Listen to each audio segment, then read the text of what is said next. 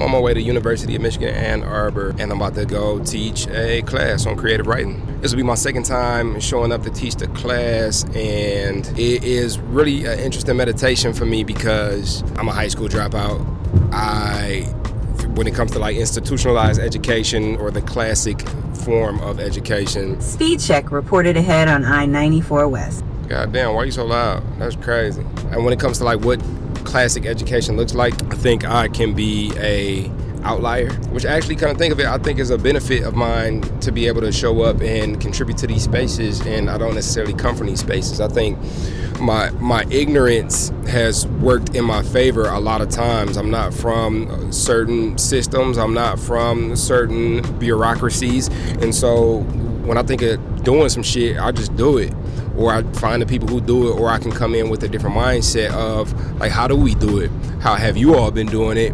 And why have you been doing it that way? Because maybe it could be done differently. I do for sure think education is important, but I don't think education is limited to schools. Matter of fact, I think school is where education may start. It may teach you how to learn, but like the real lessons are out here in the world. Here as you apply what it is that you are finding out about yourself. Like learning is when you get that feedback and then you adjust and you do it continuously, especially when it's hard. So I'm actually a big fan of education, but I think it's just super unique that I get the opportunity to teach at such a prestigious school, share a space with these bright kids, and it's just yet another unique element of how I've been able to evolve and how anybody has the potential for evolution. Just because you're from where you're from don't mean you got to stay there, and that's all ends of the spectrum. If you were handed wealth, if you were handed Ivy League schooling, that doesn't necessarily mean that you'll stay there. You can trick it off if you want and end up somewhere that's akin to somebody who never had those resources. Vice versa, if you're from the neighborhood and you ain't really had shit, I don't mean you gotta stay there. I feel like that's a message that we get a lot, like, oh,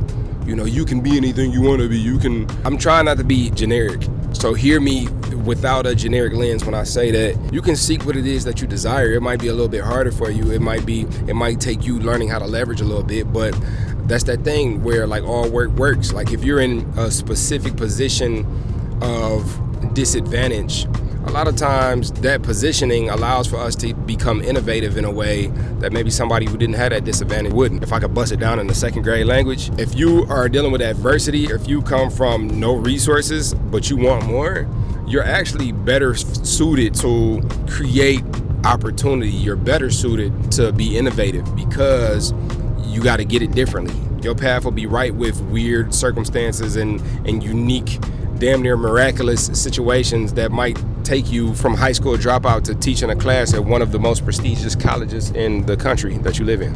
The work that you put in to learn how to leverage is something that a lot of people just don't have because they weren't born in those circumstances or they didn't have the disadvantages that you've had. So never count yourself out. As a matter of fact, if you're in a position of where you can count yourself out, you better count yourself in because you hold something that not a lot of people have. That don't mean that it's going to be automatic. It's up to you to manifest your potential, only if you want to. Oh, yeah, that shit was fire, wasn't it? But like I got that feedback, and because I didn't start with go to school, brush your teeth, you know, because that was like my reference point. It's like forever deep inside of me, I just want to fucking rap. So Make the Hood Healthy Again was one of the ones where it was an interesting instrumental, and I just wanted to like see how I could ride on it, but also talk about like generational wealth, talk about like how we can set the stage up for the next people to come up under us. There was a lot of like visual cues in there, but at the end, that was my son. And at the end, it was like we were rapping back and forth to each other. One, it was a paid gig for him, so super happy for that guy. But I paid him to show up and do something that he loves, which is media. So I'm practicing what it is that the song is talking about. But two, like it was the imagery is me and him going back and forth, and then him kind of like taking a mantle, where it's like he pushed me out the way and he started rapping a song. Rod for Right at the beginning, he's the owner of the first black-owned grocery store in Detroit, the Neighborhood Grocery. And so he's a good friend of mine. I just wanted to like spotlight different black businesses that are on the front line of like putting people on and building generational wealth, because for me, that's been a part of my journey where like unlocking and understanding. I'm gonna take advantage of the space real quick. Just real quick, is that okay? Yeah. So culturally, black people, like we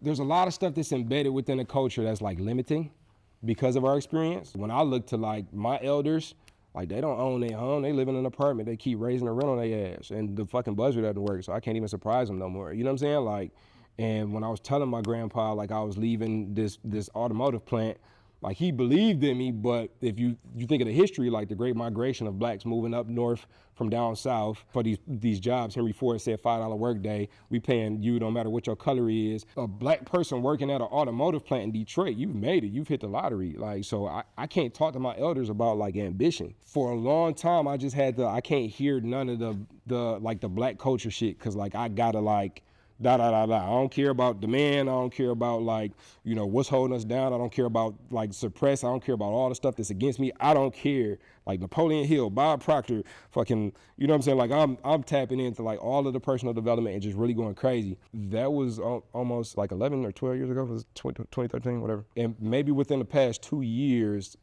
I've been able to kind of take my fingers out of my ear and say, oh shit, drown towns. Oh shit, Tulsa, Oklahoma.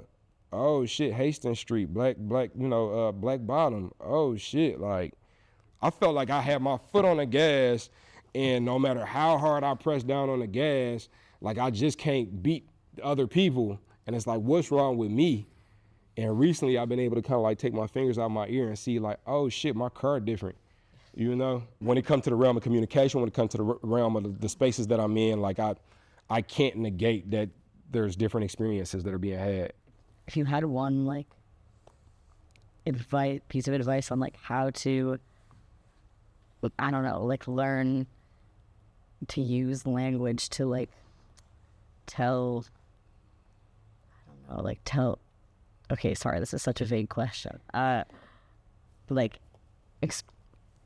I don't know. I just like in developing the skill of like using language to convey things to people and convey who you are to people. Like, what's like, I don't know. No, I hear you. And that's it for real. I think my answer to that would be like learn to listen.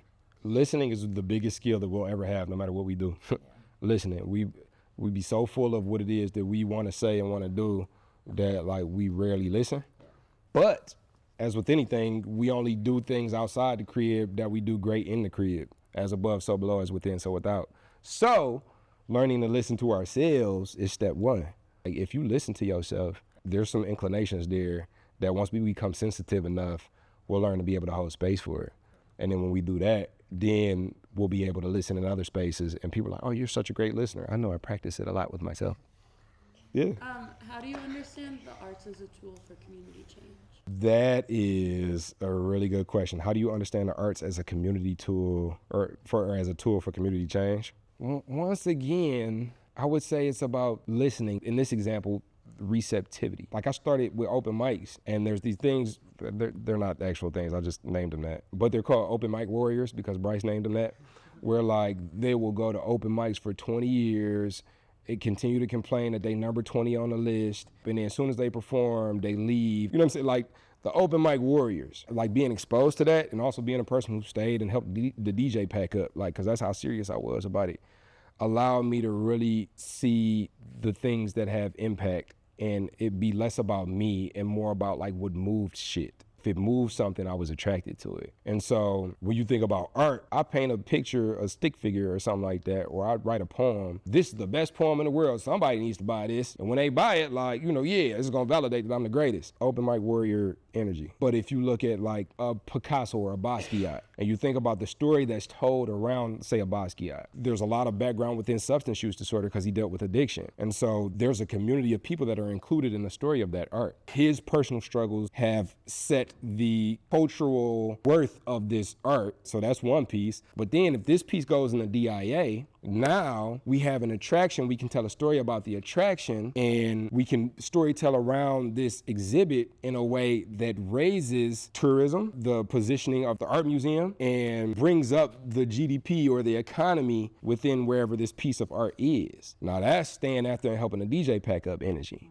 So like learning, yes, your art is important and your art is valuable and your art is beautiful. And also learning who values the art and where can it make an impact in a way that can contribute to the communities that value that. If it's poetry, I mean, I could be a re-entering citizen speaking about, you know, my incarceration through my poetry, and that's a whole community. with a whole bunch of different opportunities to contribute my poetry to building the health of these individuals, reducing the recidivism rate, and building an opportunity for representation within popular culture of this experience that people have had and that haven't felt seen. That's so much different than, hey, I wrote this fire ass poem. You know what I'm saying? Put me in a commercial. What the fuck? You don't see this genius? You know? It's that click where it's like, oh, the art is about me, because whatever my relationship with the art is, like, does it help me process? Does it help me? Whatever that relationship is, the art is about me. But once I begin to work it and find the spaces that it could go to, like, now it's about the people. It's about the community. It's about us. It's about who can use it. It's about who can benefit from it and develop with it. Does that make sense? You got a podcast I can listen to. These days, I just got a shit ton of bags. I'm an author. Sometimes I'll get calls from organizations that are doing like conferences. They'll do like a mass book order. I'll come and do a keynote, but add a musical element. Just learning how to dig into all my bags has been majorly important, which I think is also a nugget too, because especially in college, we tend to feel like, okay, what is my thing? We'll look at everybody else to see like, oh, that's the reference point for the thing. But like the more I've gotten into the colors and made the colors commingle, it's like, yo, there's so many things that don't even exist yet. So many combinations of things that you see that people don't even know how to put it together yet, you know? Yeah, I got in this weird bag of eating radishes and apple cider. It's fucking fire. You can judge me if you want, but like radishes, they're spicy in a way that when you drink them with the apple cider, it brings the cinnamon out. I'm telling you, don't knock it till you try it. You probably gonna think it's gross when you try it, but. You ever had cinnamon sugar pretzel nuggets with cheese sauce? I don't know about that. I'd try it because I'd try anything, but that's an interesting combination, but it works for you. You know what I'm saying? It works for you, and that's the analogy, like not only having an antenna out for like what it is that I can do, but having an antenna out for what it is that works for me, because I'm individual in my professional contributions, you know? And so when you hear stuff, just know that like you hear it through a unique lens. So you may go to the same biology class that everybody else is going to, but the way that you hear it and receive the information is different than maybe your neighbor is. And then whatever you do with that will be different than whatever your neighbor did. You gotta think about it. Like, I'm really trippy for real. Like, I'll be outside, I roll the window down and shit, and I'm riding. And this is the one that really like gets me thinking, like creative thinking. Like, what the fuck is wind? Like, what is wind? True. You know, like, so many people have told me what wind is, but there's so many things like, I haven't seen it yet, and so I can't make it happen, or I haven't seen it yet, so it's not possible for me. You literally don't fucking see wind, and it beat your ass every day. You know? I literally can't see it, but I feel it. The analogy there is like, that, such as your intuition, such as your contribution, such as your understanding. All right, so, writing prompt. You woke up this morning, and when you woke up this morning, you could speak every language known to man. Wow. What did you do? What was the first thing you did? What did you do? What did your day look like? I'm gonna give y'all about like 5 minutes to write out, then we'll share around if we want. So to take a pause here, I just want to express how much it really be these moments. I'm in the studio right now putting the finishing edits to this vlog together and watching these sessions, watching these young adults figure it out in real time and giving themselves grace and allowing themselves to show up in this space. This is the type of stuff that inspires me. Sometimes I feel like I can forget who I am. And no matter how many times I endure that interesting process, it never fails that what gets me back on track is getting around other people embracing that process of self-discovery. I feel like as humans, that's what we're kind of designed to do, and I think we're meant to do it together. Let's circle back up just to kind of centralize the energy again.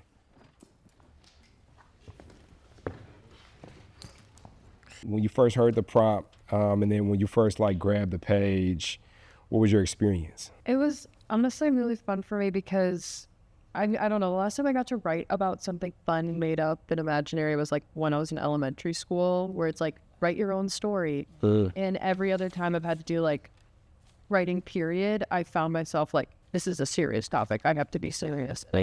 Voice. And getting to talk about myself in this imaginary scenario, it felt like freeing, and I felt like a kid again, which was really fun, and I haven't felt like that in a while.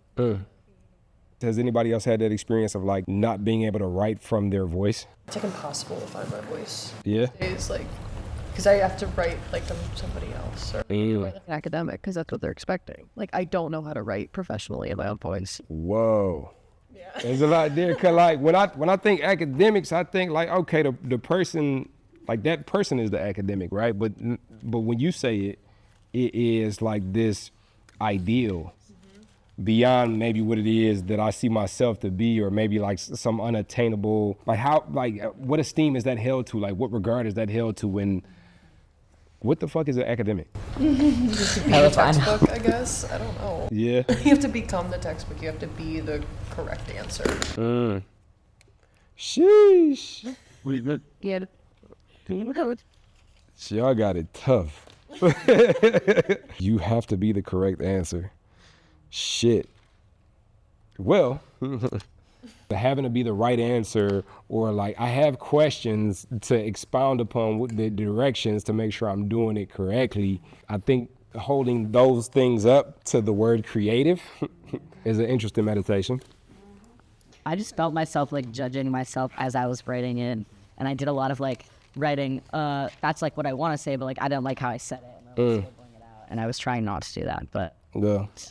I'm sure I feel like I wasn't the only one, probably. Yeah, no, you're definitely not the only one in the universe who's had that experience. So the word "shut up" for me works very, very well. Bro, shut up. Like, just write. Which is an important part of creative writing, but also as above, so below, as within, so without. If this becomes a practice, this can help us in other spaces. I name mine. His name is Sam. Sad, scared, angry man. And he often chimes in and becomes the roadblock between me and who it is that I want to be, or what it is that I want to do, or what it is that I want to create, and will tell me all of the limiting things that will sit me down and mute my ambition. I'll be like, shut up, Sam, shut your ass up. Now's not the time. Maybe there is a time, you know what I'm saying? Maybe there is a time to hold Sam, because Sam needs holding too. But right now, like, I don't know if you all are familiar with The Artist's Way. It's a book, Julia Cameron, really changed my life, because there's this practice called morning pages, and three pages of longhand first thing in the morning. And the first thing you want to do is like, I'm not even writing about shit. Like, what I'm going to write about? Nothing. Fucking write. You know what I'm saying? Just 3 pages of longhand is the only requirement. And the more you do that, the more you come into contact with that voice that's like, I'm not doing this right, or this is dumb, or this is stupid, or I want to do it this way, but it's not sounding that way. It's like, it's not supposed to sound anyway. Just 3 pages. That's all you got to do. And practicing that stretches and builds a relationship with that voice that allows for us to show up and acknowledge the voice, but also like, tell it to shut the fuck up. All right, I'm trying to hear something. Anybody burning desire to share theirs? Okay, it's kind of fun. I immediately fly to the United Nations headquarters in New York City and impress the receptionist so much with my unilingual abilities that she calls up the Secretary General, whom is so blown away he offers me an international position on the spot. I then grab my 2 cats, Chick and Queso, they're both black cats, and we move to Switzerland for the main headquarters in preparation to work at The Hague eventually. I spend my days with strawberry matcha lattes in hand, in business professional on, in the shade of pink of course, convicting corrupt people in power and working on international aid projects. I go home to my 2 wonderful cats and watch Law & Order SVU on repeat in a different language every single night, with my girl dinner on my lap, of course a Caesar salad, truffle fries, and a Coke with lime, and we live happily ever after. Smiley face. That's amazing. What made you go in that direction? It's like my dream life. Like, I really struggle with language. I'm from a very, very rural area of Michigan, and we had 1 teacher for 600 kids. And so language has been my hardest part of my education here. It's been my only, like, not great grades. And so, like, I think that's my weakest spot in my ability to have a successful international career. So this prompt would be like, I don't know, like, I think I'd be set to go do what I want to do. Amazing. Yeah. Amazing. All right, thanks for sharing. Okay, I took it in a different direction. Once I realized my new abilities, I immediately tried to speak to my dog. I didn't even call my mom to tell her. I just got in my car and started driving from Ann Arbor to Wayne. My mom would be at work. I had a spare key. On the drive, all I could think about were what I would say. I wondered if he had ever understood me before, or if I needed to communicate everything from the beginning, from bringing him home, from choosing his name, to singing him lullabies. Now I could tell him just how many times he saved me, how he could get me out of bed and outdoors. I thought about how I'd finally know if he loved me like I love him. What was he thinking when he woke me up every morning just to sit closer to me? What was he thinking when I left for college? I could explain that it was never to hurt him. Never to make him sit like he does next to my bed waiting for me to get back. I'd make it up to him. I'd promise a walk, or at least half a walk, and I'll buy his lazy ass a stroller for the second half. I'll give him his treats with a little extra. I'll show him what he means to me. I was at home, at the door, and heard his bark. His bark, it sounded like normal. It sounded like something I'll never fully understand. It sounded like showing my love is all I can do. What the fuck? Oh my God. I almost shed a tear. That was amazing. That was amazing. What made you go in that direction? I had written like once I realized my new abilities, and then I stopped. And I was thinking about like the things that I hadn't been able to do when I didn't understand other people. And so then I just thought about my dog, so I miss him. And so then I just kept writing, and I knew that by the middle of writing it that I was thinking about and what I was feeling was that there are other ways to understand people, even if I don't, because I don't speak every language. So that's what I wanted to. That's amazing. That was amazing. Thank you for sharing. Anybody else? I kind of wrote a poem. I'm Middle Eastern, and so in Arabic there's like a lot of different dialects.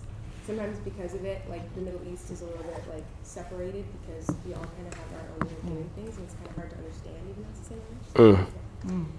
If I could talk your language in your native tongue, I'd ask you to tell me all about the places you are from. I'd tell you all the stories. I don't have the words to say. I'd tell you who I am. You'd understand and stay. You'd share all of your truths. You'd feel you are heard. You wouldn't hold your tongue, and I would dance with every word. We'd talk each and every morning in a cafe over tea. If I could talk your language, there's so much we would be. But I can't speak your language. Meaning isn't always clear. I open my ears to listen, and I hope that you will hear. I love it. All my friends that are Arab speakers, they all have like their own dialect, and sometimes I'm like, they'll say something, I'm like, what did you just say? But, like, they mean something entirely different, and it kind of just gets lost in translation. It's just kind of interesting how it's like the same like letters, but the way like the consonants or the way they sound it out can like completely change like the phrasing of it. I also wrote a poem. I'm like big on poetry, even though I'm an engineer, so having the chance to write poetry, take a different approach to the whole situation. It's kind of corny. I was like, None of that, boo, no. Get out of here with that. Come on. Have you learned nothing? If I spoke other languages in the world, I use my tongue to stop wars. Because what is the point of all I have if I'm going to keep it on my back? If I spoke any language in the world, I'd speak to those who lie. Maybe that I'd understand if they meant me good or harm. If I spoke any language in the world, then I speak to my brain and heart. I will thank them deeply for keeping me another day alive. If I could speak any language in the world, then I speak for those who are far. Explain that although they're not with me, they always are part of who I am. If I could speak any language in the world, then I'd speak to my soul. But this time I had to listen, and I finally understand every language in the world. Y'all are so I'm saying, amazing. Amazing. And so you went poetry because you don't often get to take up the space of poetry? No, not really. Yeah, because of like your professional field? Yeah, no, that's amazing. I'm glad you took the space to do that. Yeah. I guess this is sort of poetry-esque. Suddenly, they were all in my head and at my fingertips. Speak, sing, read, write. There were no limits to my language, but limits to my humanity, they never go away. I may have new powers, but I'm not all powerful. I feel my ego rise, my nerves tingling, my eyes wide, so I provide myself with a moment to breathe. This isn't going anywhere, no need to act all at once, but the chance to communicate with any and all is my fate, and I can't wait to open the gate and listen. Sign language bursting at the seams of my body, I enter into a community of deaf people, and it's a whole new world. I head down the block to my favorite bodega and fluently banter with the guy at the counter. I call my cousin across the world, and my tongue no longer fumbles when I speak her language. And yet, I'm not of these cultures, these communities, and knowing the language does not give me the right to impose. Who knows who I am and where I've been, but I sure as hell haven't been them. But I still listen. Open ears, open heart, open mind. The folds and synapses process anew, and I have just a clue of the world around me. Okay. Holy shit, I say in over 100 ways all at once to myself in the mirror. I just had a big pimple, but now I say it again because holy shit. I immediately go online and translate Google pages into every language I can think of, understanding every word the same. I find ancient texts, foreign novels, even cryptic symbology that hadn't been decoded yet. I understood it all. After a few hours of pacing, pinching myself, and probably a few panic attacks, I find myself back in front of my keyboard. I'm booking one-way flights from one country to another, places I felt like would never have been beneath my feet. I haven't even been able to think about who to tell about this, but maybe I don't want to. If I really am crazy, I want to be the only one who can decide that. We'll see what happens at customs. So I think that went very well.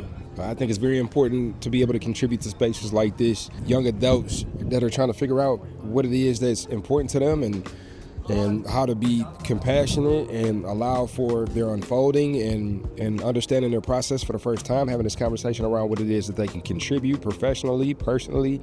I think it's cool to be able to come in and leverage some of my unique experience in hopes of shortcutting the process of people that are going through some of these things. Not like Bryce did, but like they are. I think there's a level of authenticity that can be missing from these settings. One thing that I heard from one of the students, hopefully I was able to edit it in, was when she had said, I have to be serious and I can't have a voice. Getting to talk about myself in this imaginary scenario, it felt like freeing and I felt like a kid again, which was really fun. I haven't felt like that in a while. Because I have to write like somebody else or like an academic because that's what they're expecting. Like I don't know how to write professionally in my own voice. You have to become the textbook. You have to be the correct answer. and that shit was so powerful to me because it's like that is an ideal that we'll never achieve. If I tried to be the right answer, I wouldn't be where it is that I am today. Imposter syndrome, I'm not supposed to be there. But in all actuality, we're supposed to be everywhere that we are. And in learning that has just softened my process up, and it's a beautiful thing to be able to show up and soften the process, or at least contribute to planting the seeds of the softening of an environment for somebody else. If there's any seeds that I will plant for you, the viewer, is that shit don't always look like what it's supposed to look like. Things aren't linear, and there's so many ways that you'll be able to contribute to the spaces that you're in that are unique to you, that maybe nobody has never seen before, and like lean into that. That's your comparative advantage. That's what puts you a cut above the rest. Because there's so many professors and people who are classically trained and educated in modalities, but there's only one Bryce the Third. So that's why I was able to do what it is that I did today. So how are you able to show up for the environments that need you, that are calling for somebody with your unique experience? How are you gonna allow for yourself to show up to those spaces without feeling like you're not supposed to be there? Because no matter who tells you that you belong there or not, you do. If you feel the calling, if you feel like you can contribute to a space, if you feel like you can create impact in a space, you belong there. You the one who I want there. So meditate on that, and I'll catch you around. Stay audacious. Is that what we're gonna do? We're gonna say stay audacious at the end of this shit? I don't know. The audacious journey, the audacity. I'm really in a space where it's like, oh, good for you, they let you in. No, they good for them, they let me in. oh, why not me? No, obviously me. I'm the obvious choice. The audacity to believe in oneself. The audacity to feel like we can do the things that we ain't never did before and do it well. The audacity. Lean into that. I'll catch y'all next time. Wait, what are you supposed to say? Smash the like and subscribe or some shit like smash the like and subscribe. See you next time. That was like the best thing ever. You look amazing. Thank you. Oh, thank you. You're amazing.